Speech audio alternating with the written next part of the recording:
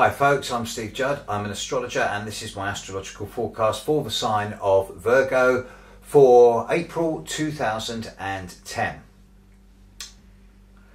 Well, just when you thought it was safe to come out of the woodwork, guess what? Saturn's coming back to play. Saturn is going to re-enter Virgo in mid-month, mid-end April, in a way that's going to bring the start of the final conclusion to any unfinished business from the last 2.5 years.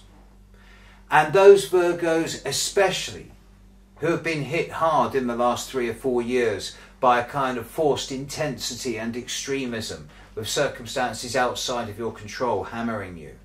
Those Virgos, again, especially born after September the 17th, you're the ones who are going to be having to finally deal with old situations over coming months. And this is going to become increasingly obvious as you enter the end of this coming month, April.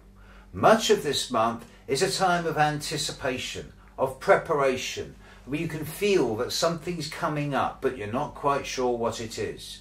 So those of you who are trying to build up the sandbags and the brick walls in preparation to deal with the challenge that you think is coming are going to be in for a major shock and surprise. Whereas those of you who are turning your boundaries from steel and concrete into rubber and elastic are going to find yourself in a much better position to be able to handle the upcoming changes. And indeed, you're going to find that especially as you get into June and July of this year, there are going to be some serious changes, but we'll deal with that nearer the time. This month is a time of preparation, of loosening up, of becoming more flexible, and of being willing to deal with old issues that have remained buried for far too long and now want to come out so that they can be finally eliminated.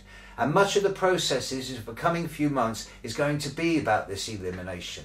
And as far as you're concerned, it's just a question of whether you do it willingly or kicking and screaming.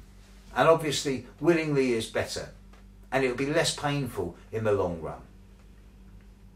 So, whilst April is not what I would call a dramatic month, it is a month where you're going to have to sort of shoulder your responsibilities and become much more pragmatic and realistic about the way you deal with things.